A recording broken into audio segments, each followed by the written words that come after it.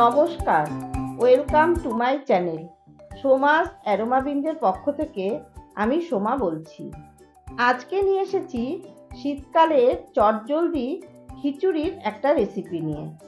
সব রকম সবজি দিয়ে এই খিচুড়িটা যতটাই মুখরোচক আর ততটাই স্বাস্থ্যকর।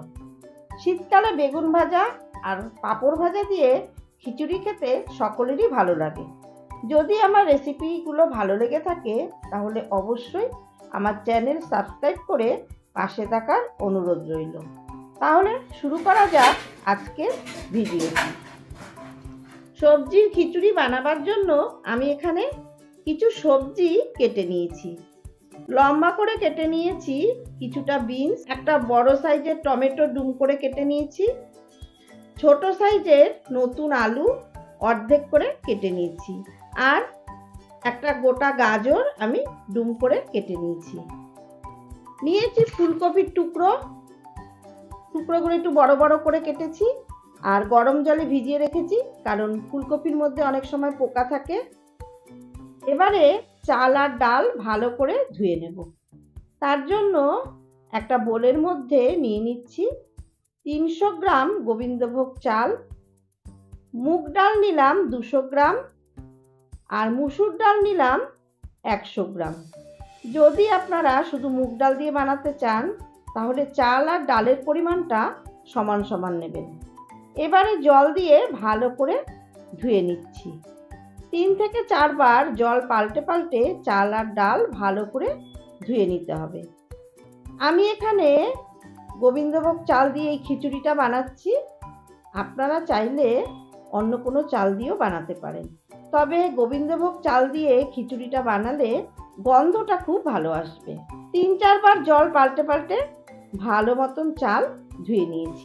গ্যাসে একটা হাঁড়ি বসিয়ে হাঁড়িতে বেশ খানিকটা জল আমি আগে থেকে গরম করে নিয়েছি। এখন হাঁড়ির মধ্যে ধুয়ে রাখা সমস্ত চাল ডাল জল সহ ঢেলে দিচ্ছি।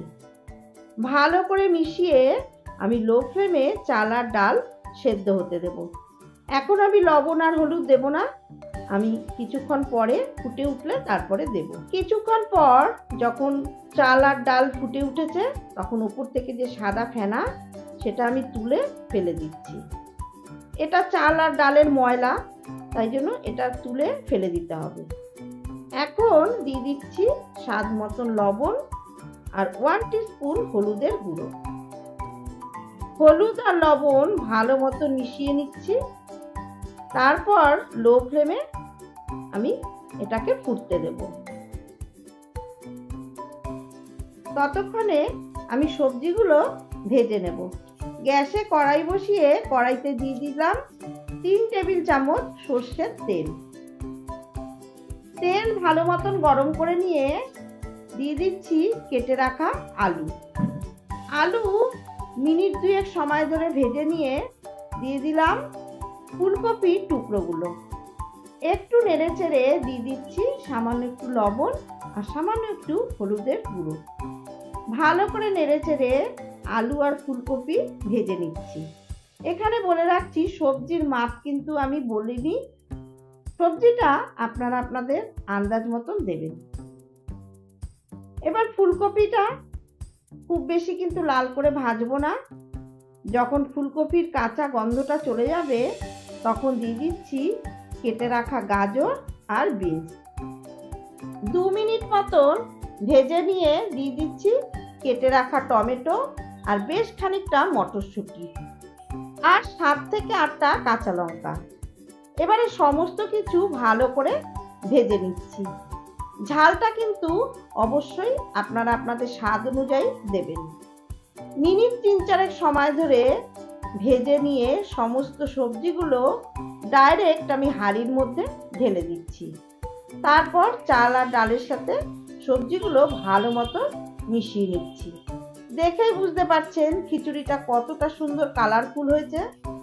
এখন সবজি আর চাল ডাল ভালো মতন কুক হতে দেব। ঠিক এই সময় ওই একই কড়াইতে দিয়ে দিলাম 2 টেবিল স্পুন সর্ষের তেল আর 2 টেবিল স্পুন ঘি। তেল আর ঘি একটু গরম করে নিয়ে দিয়ে দিচ্ছি 3টে শুকনো লঙ্কা, 2টো তেজপাতা, হাফ টিস্পুন সাদা জিরে ফোড়ন। ফোড়নটা 30 সেকেন্ড মতন ভেজে নিয়ে যখন ফোড়ন থেকে একটা সুন্দর গন্ধ বেরোবে তখন দিয়ে দিচ্ছি 1 টিস্পুন কাঁচা লঙ্কা বাটা, 1 টিস্পুন আদা বাটা।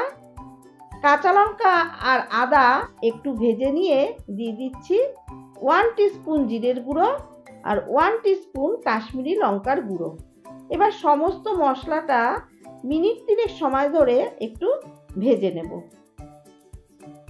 সমস্ত মশলা ভেজে নিয়ে যখন মশলা থেকে তেল ছেড়ে দেবে তখনই এই মশলাটা খিচুড়ির সাথে মিশিয়ে দিচ্ছি।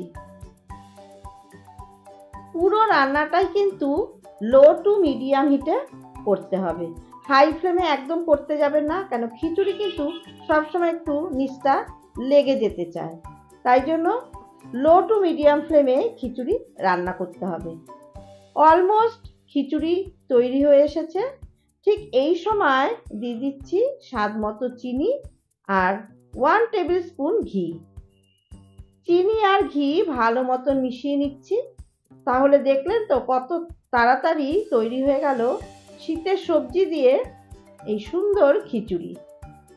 গ্যাসের ফ্লেম অফ করে আমি 3-4 মিনিট ঢাকনা দিয়ে ঢেকে রাখবো। তারপর গরম গরম পরিবেশন করে দিচ্ছি। আর সাইড ডিশ হিসাবে দিয়ে দিচ্ছি গরম গরম বেগুন ভাজা আর পাঁপড় ভাজা।